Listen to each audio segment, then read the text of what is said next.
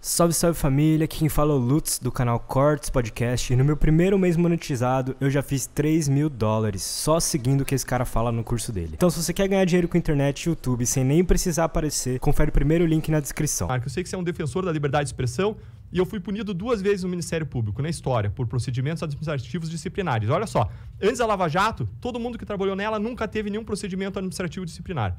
Depois da Lava Jato, todo mundo está sofrendo o procedimento administrativo disciplinar. Por quê? Porque o sistema está retalhando, está reagindo contra nós. E eu fui punido em 2 por críticas que eu fiz ao Supremo Tribunal Federal e crítica que eu fiz ao senador Renan Calheiros. Não pode falar desses caras, eles são poderosos, pô, tá maluco? E veja o que foi, Monark. Me diz o que você acha, tá? O que eu falei do Supremo Tribunal Federal foi o seguinte. Eu falei que decisões do Supremo Tribunal Federal mandam uma mensagem de leniência em favor da corrupção. E eu ressalvei, não estou imputando má fé a ninguém. Estou fazendo uma análise objetiva do impacto dessas decisões, das investigações e processos. Foi isso que eu falei, ou seja, eu não ultrapassei nenhuma linha, eu não ofendi, eu não menti, pelo contrário, eu falei que está embasado em fatos, em decisões, em provas, em análises científicas mesmo de corrupção. E ainda assim, eu fui punido. Então, eu logo, na semana anterior de eu tomar essa decisão e sair do Ministério Público, aconteceram 2 fatos interessantes. Um deles foi que eu estava dando uma entrevista. Terminei a entrevista, a gente está em home office, né? Eu e minha esposa, olha para o lado, a minha esposa branca olhando para mim. Eu falei, o que foi? Ela falou, você vai tomar mais uma representação no Conselho Nacional do Ministério Público. E ela branca, assustada, com medo, eu falei, mas eu não falei nada errado. Eu sei, mas você foi duro demais. Ou seja, é um absurdo isso, porque as críticas, elas têm que ser duras, contundentes. Eu não estava pregando a destruição das instituições. Não, eu acredito na força das instituições, na força da democracia, na boa política. Agora, você constrói as instituições por meio do direito de crítica, por meio da liberdade de expressão. Então, eu estava amarrado. Mas isso não existe no Brasil de verdade, né? A gente tem muitas leis e muitos códigos de não sei o que institucionais dentro das organizações que são exatamente para quando um Deltan chegar e começar a falar coisa que os caras não querem ouvir, opa, toma um negócio disciplinar ali, pega um negócio arcaico de 1820 que tá na lei e usa aqui para fuder o cara. Esse é o perigo, é isso que eu tento apontar todos os dias aqui, meio que em vão talvez, mas que é isso, que o negócio não é que eu quero que as pessoas falem merda. É que eu não quero dar o poder pro Estado de impedir que as pessoas falem. Porque a partir do momento que você dá ao Estado determinar o que é merda ou não, fudeu. O Estado vai usar aquilo para tirar os inimigos políticos dele do jogo. Como aconteceu agora com esse caso do Bolsonaro aí. A mulher foi... o cara tava passando ali, a mulher xingou ele, porque ela pode ter os seus motivos dela, deve ter. Ela foi presa, mano. Foi levada por injúria ao presidente, que é crime, tá na lei, tá, né? E eu acho engraçado, porque muita gente, quando eu fui reclamar disso, muita gente, tá na lei. Então, mano, qual que é o teu pensamento? Se tá na lei, tudo é justo. A escravidão esteve na lei um tempo, então é isso que faz ser certo? Não, o que é certo e errado não depende se tá na lei ou não, entendeu? Ela é um negócio moral que vem antes da lei. E você não pode prender alguém porque xingou o presidente. Isso é coisa que é nosso amigo lá da Angola...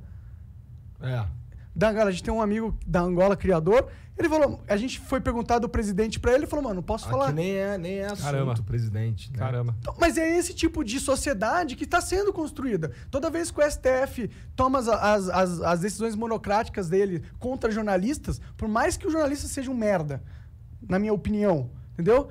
Mas as decisões também são merdas. Um merda não justifica outro merda, entendeu? E as pessoas não percebem isso, infelizmente. As pessoas, elas falam, ótimo, tá censurando um merda, maravilha. Já que ele não tá no meu time, é maneiro fuder com ele. Toma aí, Estado, toma esse poder. Só que as pessoas não percebem que esse poder ele não vai ser usado só para as pessoas merdas. Ele vai ser usado para as pessoas que querem fazer críticas contundentes, as pessoas que estão no poder. E foi o que aconteceu com você, certo? E, Monark, quando a gente fala de liberdade de expressão e de outros direitos, a gente fala em direito constitucional, de ponderação de direitos. Você toda hora está fazendo um equilíbrio delicado entre diferentes bolas, diferentes pesos e medidas aí, que é a liberdade de expressão e outros direitos. Mas a gente precisa lembrar que a liberdade de expressão ela é um direito com uma primazia constitucional. Por que isso? Porque ela, mais do que um direito fundamental, ela é um elemento de constituição, é um pilar da democracia. Sem liberdade de expressão, você não só está violando o direito de alguém, de um indivíduo, mas você está violando toda a comunidade e um alicerce central da pluralidade da sociedade, da crítica, da construção das instituições. Então, ele tem uma primazia sobre outros direitos. Eu acredito que tem alguns limites, eu poderia, assim, mas aí é mais técnico, assim, eu acho até que existem ali os crimes que são linhas que a gente não deve ultrapassar, como a calúnia, a injúria, a difamação, né? A indústria de fake news, eu acho que são limites que a gente não deve ultrapassar. Mas aí tem um problema na aí sua... O que é, o que não é, né? Fake news, né? É a mesma coisa do injúria. O que é injúria? Eu falar que o presidente é um filho da puta, é claro que é uma injúria. Mas e aí, não posso xingar o presidente de filho da puta mais? Esse tipo de sociedade, não. Eu acho que, infelizmente, o brasileiro aceitou fácil que injúria deve ser crime. E tá na lei já, né? Mas tem alguns mecanismos para isso. Se entende, por exemplo, que a liberdade ou a proteção da imagem, da honra das altas autoridades, ela é menor, justamente porque elas são expostas à discussão pública. E se coloca, por exemplo, que quando você está num debate público sobre políticas públicas, sobre postura de autoridades, você tem uma liberdade maior de crítica. Então, existem algumas ferramentas para você fazer essa certa ponderação. Agora, se a gente traz isso não para uma esfera pública, mas para uma briga de vizinhos, um xingando, caluniando, espalhando notícias, eu acho que tem que ter algum limite, sabe, Monark? Mas como... Eu entendo que você acha que tem um limite. Eu só fico com medo de...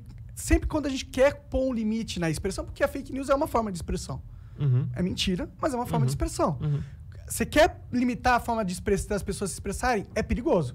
Como que a gente vai fazer isso? Esse é o problema. Como você imagina a gente controlando as fake news a partir do Estado, por exemplo? Eu gosto muito da ideia da gente se concentrar nas figuras dos tipos penais. Por quê? Quando a gente fala de tipo penal, o que é? É o crime que está lá previsto na lei, no Código Penal. E esses crimes, eles seguem toda uma série de regras. Por exemplo, esses crimes eles têm que ser definidos com palavras claras e com limites claros. Então, a gente chama de tipo penal, sei lá, o crime de homicídio, matar alguém. Está expresso lá, matou alguém, pena de, sei lá, 5 a 20 anos, vamos supor, tá? Ou ainda, injuriar alguém. Aí você vem, o que é injuriar? É você xingar, é você desprezar, é você trazer desonra. Mas deveria ser crime? Né? A desonra, xingar, é que eu acho que não deveria ser, entendeu? Na minha opinião, eu posso estar errado. Claro. A sociedade pode me julgar errado nesse sentido. Mas eu realmente acho que, pô, um cara chegou na rua e xingou, seu filho da puta, vai prender esse cara? Monark, pra quê, é legítima uma opinião, assim. É totalmente legítimo você entender que isso não deveria ser crime. Mas o espaço para discutir política pública, o que deve ou não ser crime, é o espaço do parlamento. E o parlamento, representando a sociedade, definiu isso como crime. A questão é se isso mata, se isso viola a liberdade de expressão, no sentido de um pilar da democracia, não quando você está numa briga de vizinhos, e se isso viola um direito fundamental da liberdade de expressão. A pessoa pode criticar o outro. Agora, critica sem destruir, critica de modo construtivo. E eu acho que a crítica dura, a crítica incisiva, até a ironia, são críticas que devem ser toleradas e devem ser exercidas numa democracia para a construção das instituições. Porque é disso que se faz uma democracia, é do debate, é da liberdade de expressão, é da troca de ideias, né? Mas mesmo assim eu não entendi como que você realmente regulamentaria, porque eu confesso, já pensei muito sobre isso. Bom, eu pensando sobre isso não quer dizer muita coisa, mas eu não consegui encontrar uma solução que a gente limite, por exemplo, os malefícios da fake news sem causar um mal maior, que é dar o poder ao Estado de controlar o que é válido ser dito ou não. Porque, imagina, não tem como. Como que você vai pôr uma ferramenta onde o Estado controla a fake news sem dar uma ferramenta poderosa demais para o Estado? Eu não enxergo como. Você enxerga? Eu não enxergo. Na minha perspectiva aí, Monark, sempre que existe uma dúvida sobre a culpa ou não de um réu, quando você está falando de crimes como injúria, difamação e calúnia, o réu é absolvido. Se você tiver dúvida, vamos dizer que a gente tem dúvida sobre algo ser falso ou ser verdadeiro. O cara vai ser absolvido. E quando a gente fala de verdadeiro ou falso, a gente está falando de proposições sobre fatos.